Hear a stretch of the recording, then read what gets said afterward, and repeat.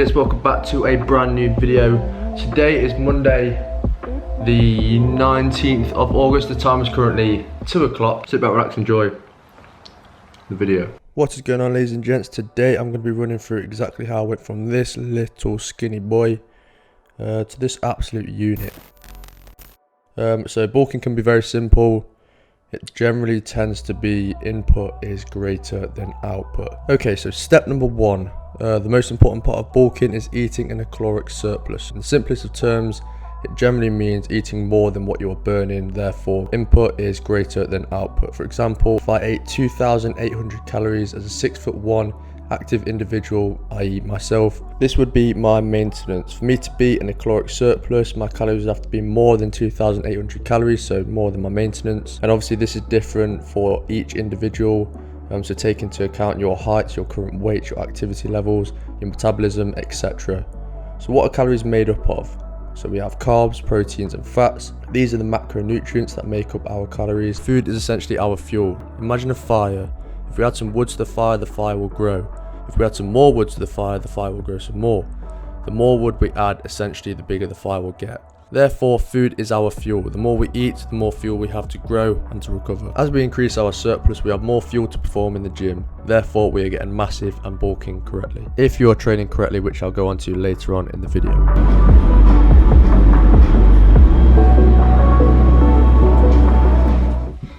No white monsters today. So we're settling with a Red Bull. Probably not the best idea to have one of these because the amount of sugar in one of these is just unbelievable. Obviously a white monster is 0 calories, which is fantastic and it tastes unreal. Cheers, Monster, Red Bull, sorry. I haven't had one of these in a while. Ooh, that's sweet. It's alright. Nowhere near as good as a white monster, I can tell you that for free. But I'm sure it'll do the job. Give me a little kick for this leg workout.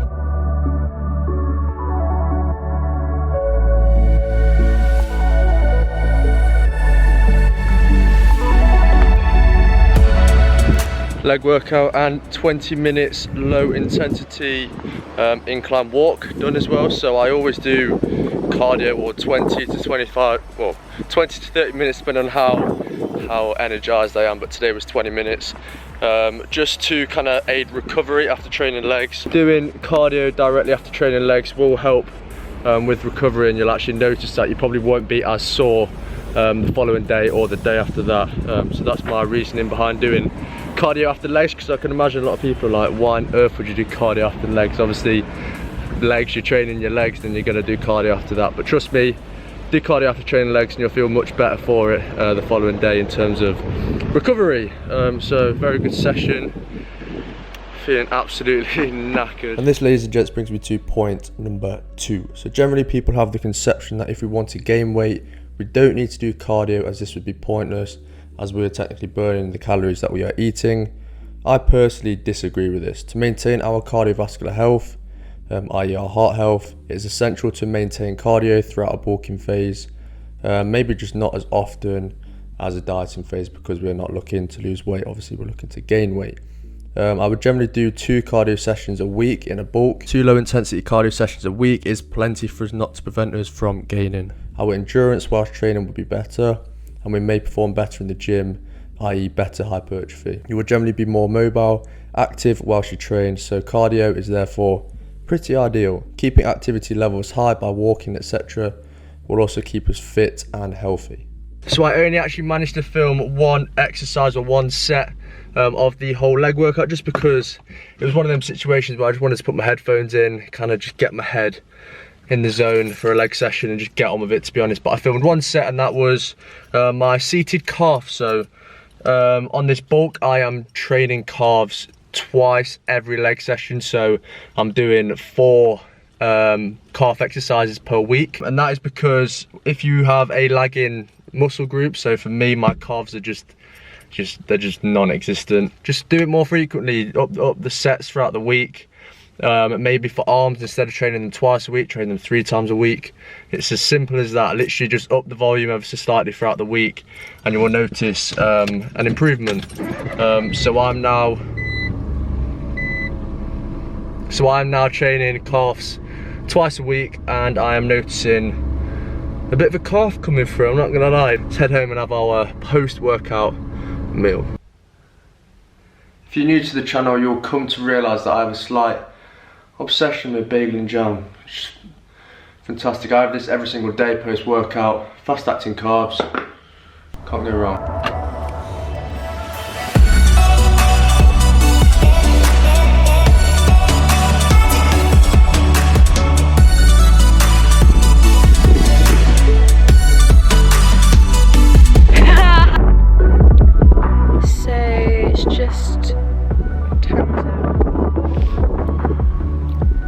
Vlog week, August the 19th.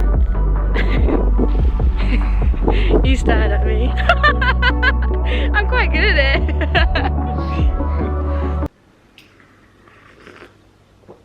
Oh shit, that's hot. That looks good though. Good morning, ladies and gents. It's the following morning. I'm tired. Not ideal. Just cooking up some breakfast. We're going to be having 3 eggs. I'm also going to boost it up with a nice big bowl of Cocoa Pops as well.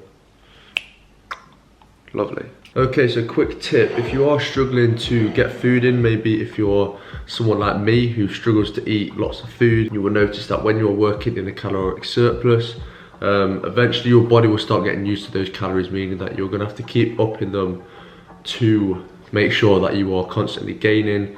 So maybe if you're working with 3,000 calories over, say, a month or so, your maintenance will then come up to the 3,000 calories because your body will get used to those calories.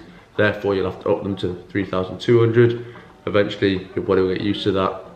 And you're in this constant cycle of increasing your calories. That's where sometimes you'll have maybe like a break, or you'll have a mini cut to kind of refresh. A little tip is maybe if you're having some cereal, get a big spoon and literally just shovel the food in. Like, just have really big shovelfuls, have really big spoonfuls to make sure you're consuming the food as fast as possible. So you kind of don't really give yourself time to think about what you're eating. And it also means that it won't fill you up as much as maybe if you're eating it quite slowly. In a bulking phase or gaining phase, it can get quite difficult eating a lot of food. And I personally resorted to fast foods last year when I was struggling, because obviously fast foods, very high in calories, but not a good idea to consume because of digestion, etc., because of saturated fat and all that kind of stuff. Leading me to point number 3, don't use fast foods to bump up your calories. If you're struggling for the day with your calories, don't go and resort to fast food because it's not ideal for your digestion. It's not obviously very good for you. The saturated fats are just not ideal. I have previously made this mistake and it did me no favors at all. So if you are struggling to reach your fat limit for the day, resort to essential fatty acids through eggs, steak, salmon, mince, olive oils, nuts, etc. And don't use fast foods. Good morning. Oscar. Okay, so today's an exciting day, ladies and gents. Today is Cam's, my best friend's 21st birthday. Very much. Thank you. Let's head off to IKEA. The best place in the world. IKEA, it's like a massive playground. The infamous IKEA shopping list and pencil. Mum's in absolute dreamland. Look at her. Look at her. She's in her element.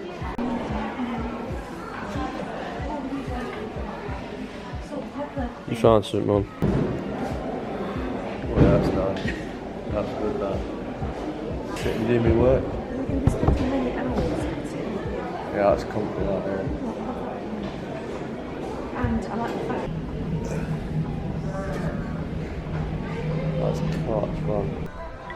That's fun. 20 here and here. The uni house and bedroom is seriously just taken a big level up. Oh, funniest thing.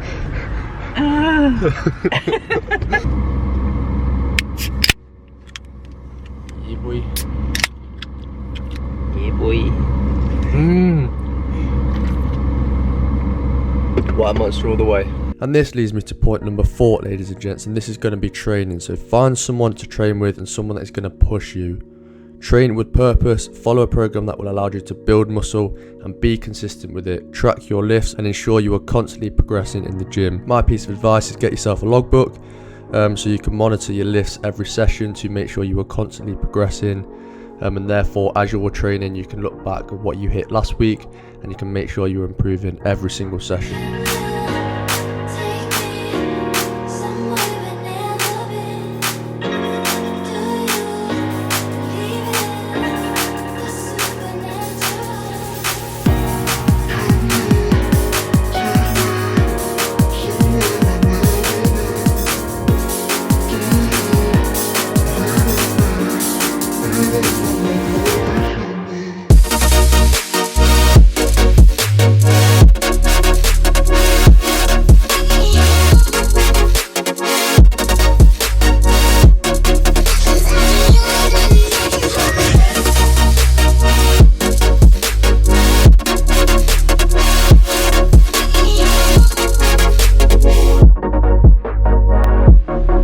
So point number 5 is going to be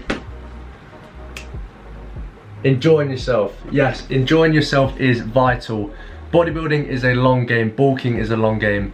It's going to take you a while to build up the muscle. It's not going to happen overnight. You're not going to make gains overnight. It just does not work like that. So make sure you're enjoying your training and you're enjoying the foods that you're eating. So if you get to a point where you feel like you are not progressing in the gym or you're not enjoying your training, switch it up, take out some exercises, put in some new ones.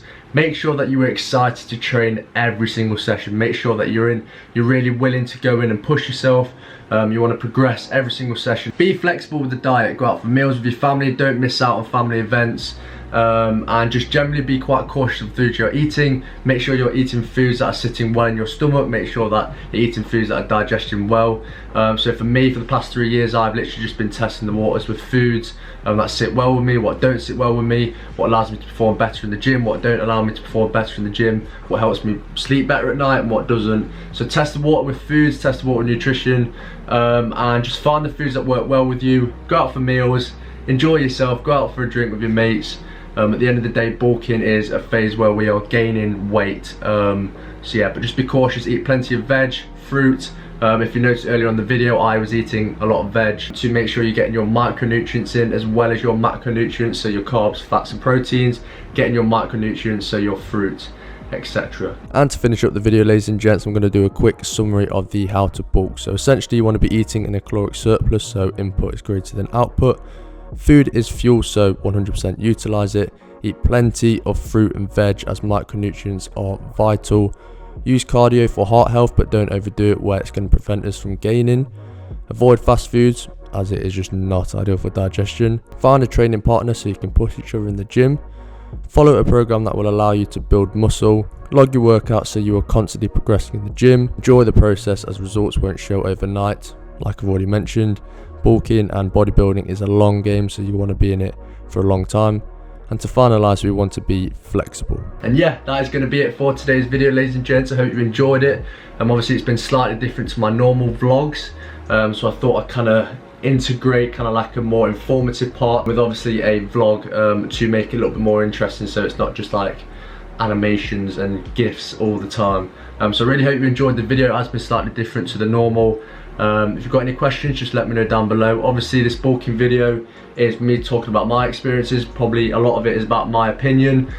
Things work for different people, but this is the stuff that has worked for me. Thank you as always for watching the video, guys. Make sure you smash the thumbs up button, make sure to subscribe, hit the notification bell, and I will see you next time. Peace. Shit.